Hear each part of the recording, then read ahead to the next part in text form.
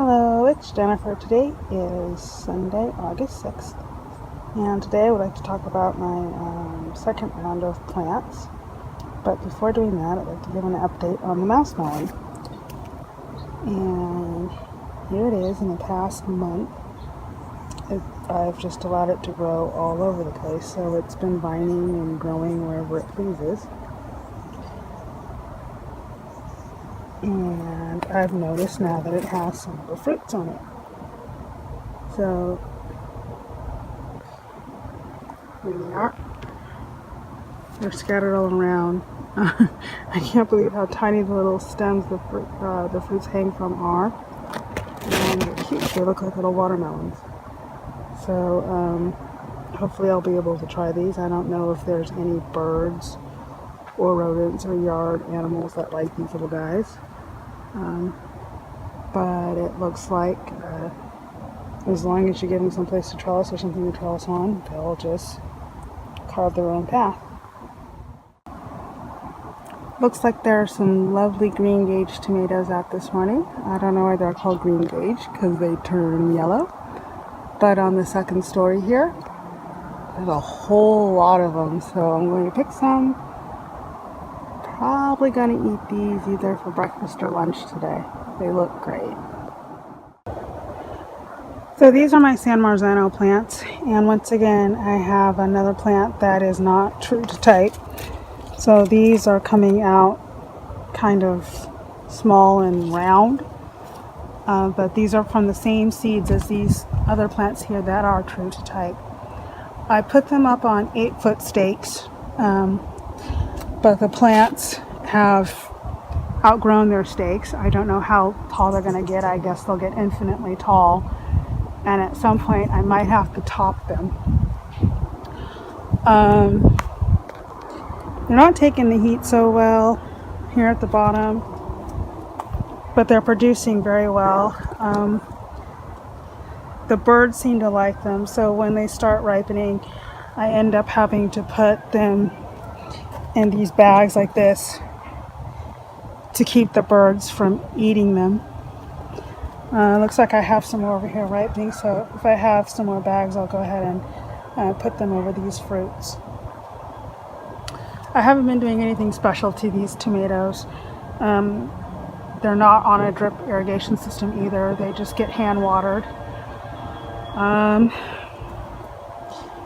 In here with them, so this is actually one of the suckers from this San Marzano over here. This is some of the Malabar spinach from last year that volunteered.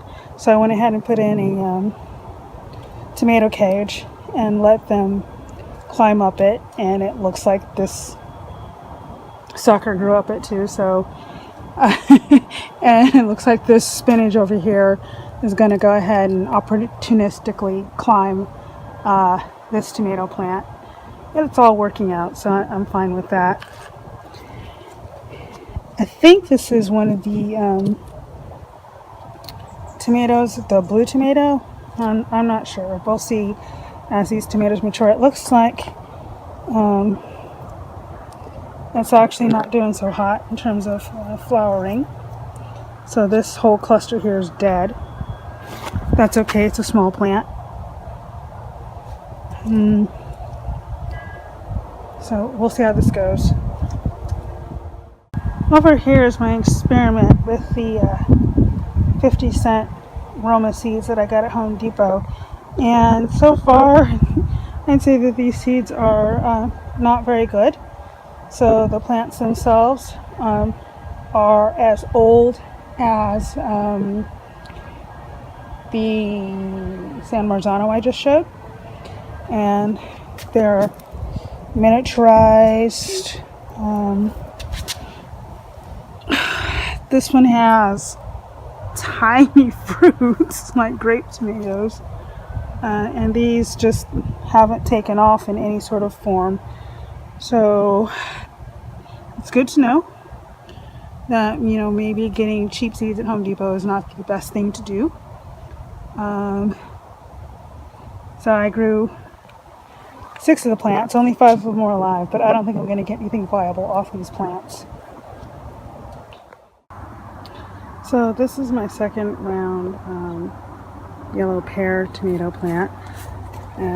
It's been putting out fruit recently, and we've been eating them. They're actually pretty good now that the plant seems to be somewhat mature and the weather has gotten very hot. It's not doing so well. It's struggling. So the leaves on the bottom half of the plant are missing, and basically the leaves are all up here on the second story. They said there's some fruit up here now. I don't know how this is going to go with no leaves on the bottom. But we'll see. I imagine this will probably be one of the plants that will die off when it starts getting cold. So we'll have to plant a new plant for next year. But here it is. Behind it you can see some of the cherry tomatoes. And they have a lot of tomatoes that we haven't been able to eat yet. Looks like the birds have been dining on some of them. The red curry squash seems to be extremely fast growing, so this is the second round. It looks like I'll probably be able to get a third round out of these. So right now there are 2 nearly ripe squashes on them, and it vined all the way around to the back side of the plant. And on the back side over here, I guess the vine just got away from me. There are 2 more of the red curry squashes growing. Over here is my papaya dew. I don't know when it's ready, but it looks like it's coming along nicely. It's very heavy.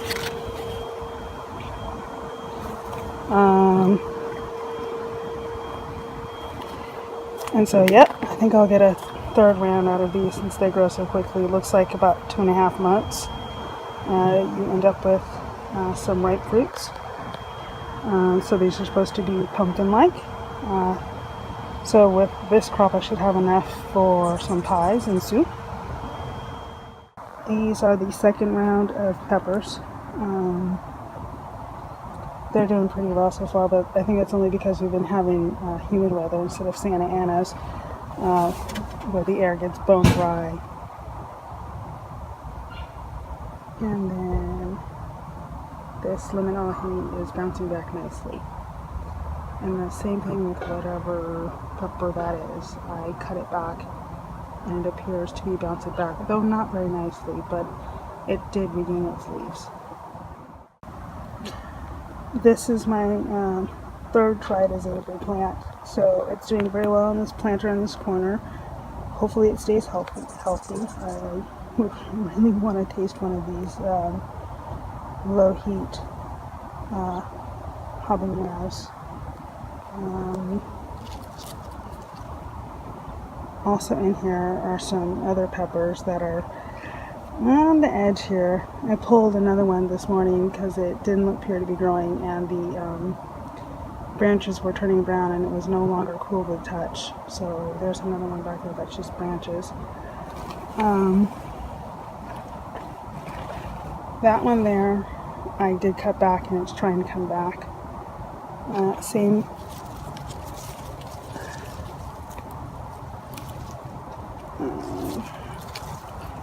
No, these are all this one. I think this is a ground cherry. And it just, I should probably get rid of it. This is supposedly a giant jalapeno. I'm not sure whether that's the case. I've been fighting ants and aphids on this plant, so some of the leaves are wrinkly and deformed. Hopefully, they all flatten back out. I don't know. Anyhow, I'm not convinced that these are jalapenos, but I don't really care. As long as they're mildly hot and taste reasonably good, I'm fine with whatever peppers come off of whatever plants.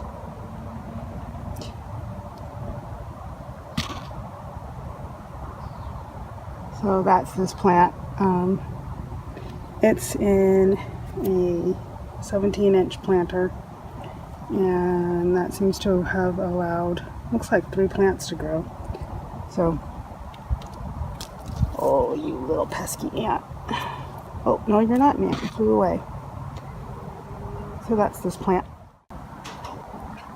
And here the second round of these tiger stripe tomatoes. I don't think they're doing so well.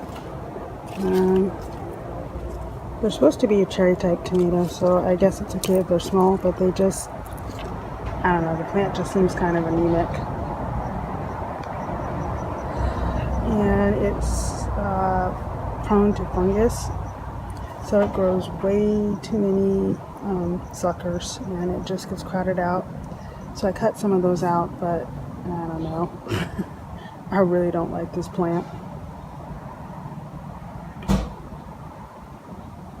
And then these are the other tomatoes that I planted from suckers. I don't know what they are, but they seem to be doing just fine. These aren't really second round, but these were starting to die. So I cut them back, and now the leaves are coming back and they look nice and healthy. So I'll probably get a second round of peppers off of these. I also took off the tent. I'm not sure why the tent wasn't working as well on these as it does these over here, this pepper forest.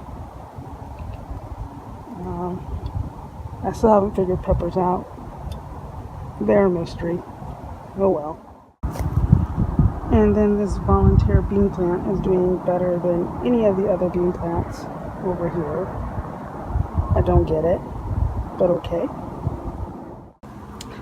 So this is the Polish linguice tomato. It doesn't appear to be doing well.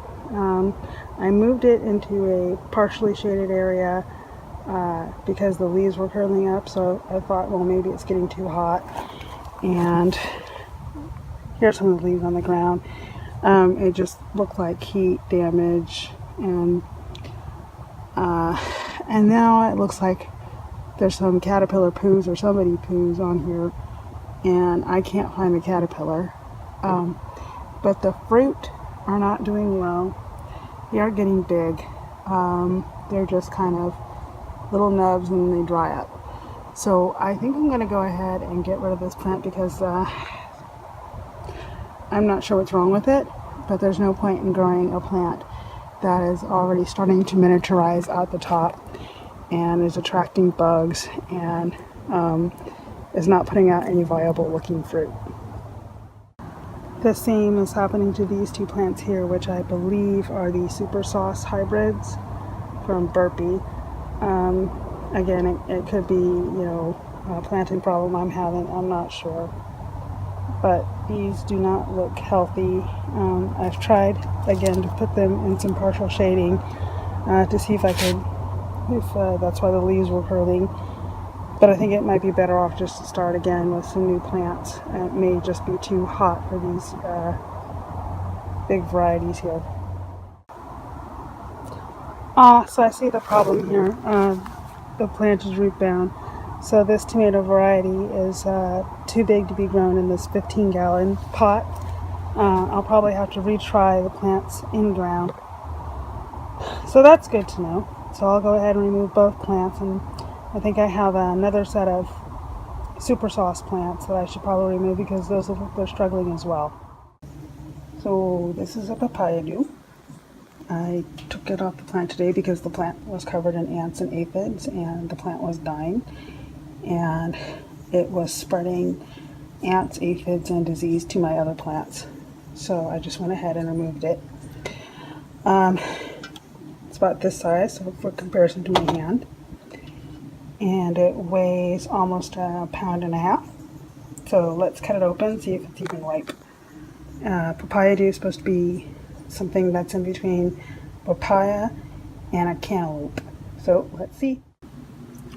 So it looks like it was almost ripe. It has a good number of seeds in it. Orange flesh. Let's give it a taste. So I took it a piece with a melon baller. Oh, this is delicious. It tastes like a cantaloupe. I'm not tasting papaya, but it tastes like really good cantaloupe. It's Really good. So I'll go ahead and scoop out the pook, cut it up, and probably eat it tomorrow for breakfast and have a snack with it tonight. Make it into a snack tonight.